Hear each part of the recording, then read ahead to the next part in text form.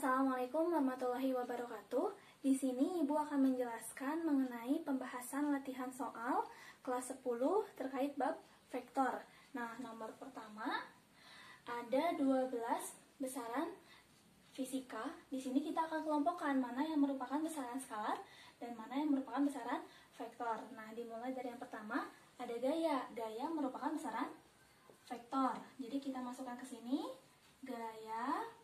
Lalu ada suhu, dia besaran skalar. Massa juga besaran skalar, kita masukkan ke sini suhu, lalu massa. Nah, lalu ada kecepatan. Kecepatan adalah besaran vektor. Perpindahan juga sama, dia merupakan besaran vektor. Nah, berarti kita masukkan ke sini kecepatan. Lalu ada perpindahan. Nah, selanjutnya ada momentum. Momentum besaran vektor. Nah, luas adalah besaran skalar. Nah, momentum yang kita masukkan ke sini, momentum. Nah, untuk luasnya kita masukkan ke sini, luas. Lalu ada energi. Energi itu besaran skalar. Waktu juga sama, dia merupakan besaran skalar. Nah, jarak pun sama, dia merupakan besaran skalar. Jadi kita masukkan energi, waktu, dan jarak ke besaran skalar. Nah, ada dua lagi, ada percepatan, ada dan satu lagi momen gaya atau torsi.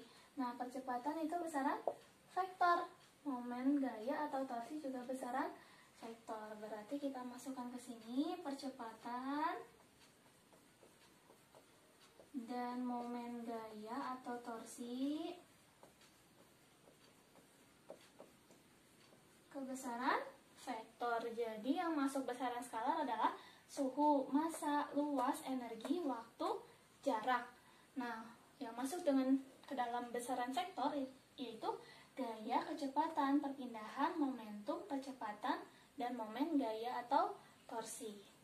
Selanjutnya kita akan membahas soal nomor 2. Nah, di sini ada dua buah vektor, ada vektor A dengan panjang 2 cm, lalu ada vektor B dengan panjang 3 cm. Nah, Ibu meminta kalian untuk menggambarkan vektor 3A, vektor setengah A, vektor 2B, dan vektor minus B. Nah, yang pertama ada vektor 3A. Vektor 3A berarti nanti panjang vektornya itu 3 kali panjang dari vektor A. Nah, kira-kira kalau misalnya ini panjangnya 2 cm, berarti kalau misalnya vektor 3A panjangnya 3 kali 2, yaitu 6 cm. Jadi kalau misalnya di buku kalian bisa ukur. Ini misalnya 6 cm, ini vektor 3A. Jadi ini gambar dari vektor 3A. Selanjutnya, yang B ada setengah A. Nah, di sini kita gambarkan kalau misalnya setengah A berarti setengah dari panjang vektor A. Setengah dari 2 cm berarti 1 cm ya. Nah, jadi ini vektor setengah A yang panjangnya 1 cm. Nah, lalu yang C ada vektor 2B. Nah, vektor B ini panjangnya 3 cm. Berarti kalau misalnya vektor 2B nanti panjangnya 2 kali dari vektor B. Tapi arahnya tetap sama ke sini. Nah, misalnya kita gambarkan ini. Ini misalnya 6 cm. Jadi kalau misalnya di buku kalian bisa pakai penggaris ya. Nah, ini vektor 2B. Nah, lalu yang terakhir, yang D, ini ada vektor min B. Nah, kalau misalnya vektor min B berarti apanya yang berubah? Yang berubah hanya ini, arahnya saja. Yang awalnya arah vektor B ke sini, berarti vektor min B nanti arahnya ke sini. Ini vektor min B. Tapi panjangnya tetap sama, yaitu 3 cm. Nomor 3, kita akan mencoba untuk menggambarkan beberapa vektor pada sumbu kartesian. Di sini Ibu sudah menggambarkan sumbu kartesian, ada sumbu X dan ada sumbu Y. Nah, pertama kita akan menggambarkan vektor A, yaitu 4i tambah 2j.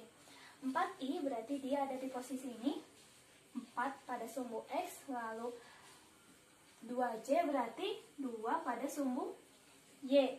Nah, kita tarik garis lurus dari 4I berarti sini, terus dari 2J sini. Nah, akan ada perpotongan di sini. Nah, vektornya kita gambarkan dari 0,0 ke perpotongan ini.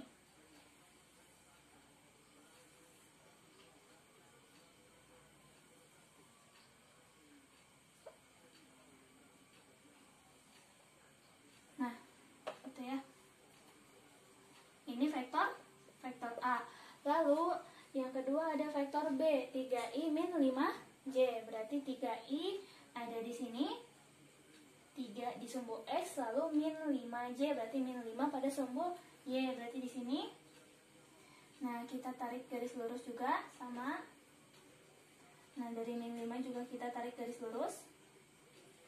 Nah, sehingga akan ada perpotongan di sini. Lalu kita tarik dari 0,0 ke perpotongannya.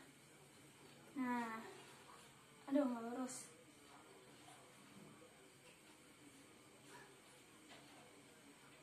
Ya, anggap aja lurus ya ini.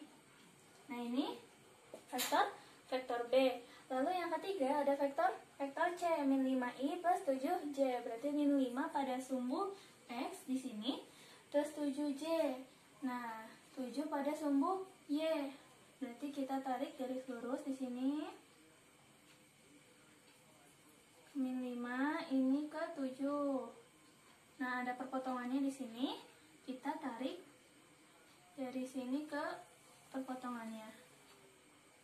Nah, ini vektor C. Nah, yang terakhir ada vektor D, min 4I min 8J. Berarti min 4 pada sumbu X di sini, min 8J, berarti min 8 pada sumbu Y. Nah, kita tarik garis lurus. Lalu kita tarik juga garis lurus secara horizontal. Nah, di sini ada perpotongannya.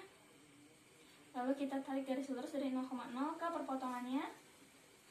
Nah, ini adalah vektor D. Jadi ini adalah gambar dari vektor A, B, C, dan D.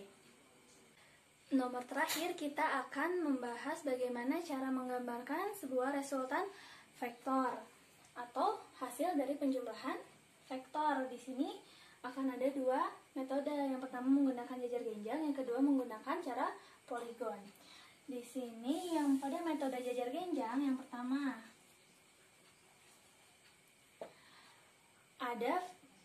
kita disuruh untuk menggambarkan resultan vektor dari A plus B.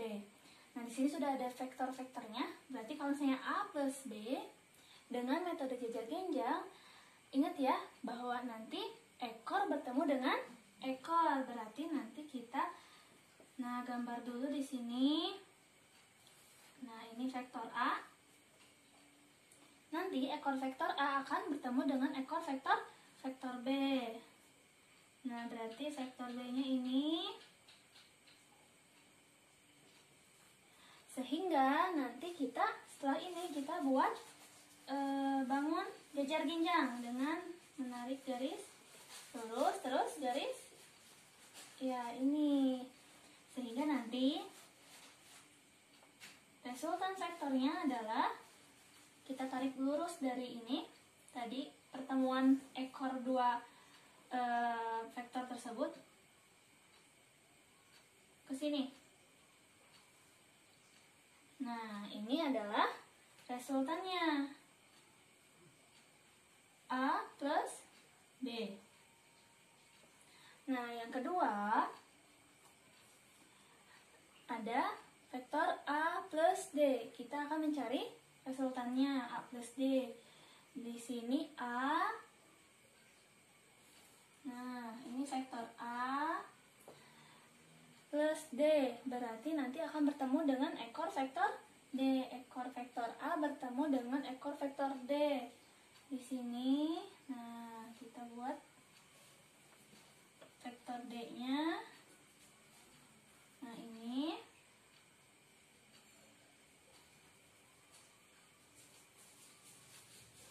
Nah, ini vektor D. Lalu kita buat bangun jajar genjang. Nah, ini. Sehingga nanti resultannya adalah Kita tarik dari sini ke sini. Nah, ini adalah resultannya A plus D. Jadi untuk metode jejer genjang itu ekor bertemu dengan ekor, dan metode jejer genjang ini hanya bisa untuk dua vektor saja. Nah, selanjutnya ada metode poligon. Kalau metode poligon ini bisa lebih dari 2 vektor, bisa 3, bisa 4, dan seterusnya. Nah, sekarang yang pertama adalah A plus B plus D. Bedanya dengan metode jejer genjang, kalau metode poligon nantinya kepala bertemu dengan ekor, kepala bertemu dengan ekor, dan seterusnya. Jadi ini A, berarti kita gambarkan dulu vektor A. Nah, nanti kepala vektor A akan bertemu dengan ekor vektor B, berarti ini vektor B-nya. Nah, lalu kepala vektor B akan bertemu dengan ekor vektor D. Nah, betul, sini ini vektor D. Sehingga nanti resultannya kita tarik garis lurus dari sini, dari akhirnya ke awal. Nah, ini adalah resultannya. Ini A plus B plus D. Jadi resultannya ditarik dari kepala vektor terakhir ke ekor vektor yang pertama. Nah, yang kedua itu A plus D min B. Kita gambarkan A di sini. Vektor A ditambah dengan vektor D. Vektor D ini ya. Nah, berarti kepala bertemu dengan ekornya. Nah, lalu min B. Kalau misalnya B ke sini arahnya B. Kalau min B berarti kebalikannya, berarti ke sini. Nah, misalnya ini min B. Nah, sehingga nanti kita tarik dari sini ke sini. Nah, ini adalah resultannya. A plus D min D. Gitu. Ya, mungkin sekian pembahasan yang bisa Ibu sampaikan. Semoga mudah dimengerti, dan jika ada yang ingin ditanyakan, silakan bisa kontak Ibu secara langsung. Ya, terima kasih. Wassalamualaikum warahmatullahi wabarakatuh.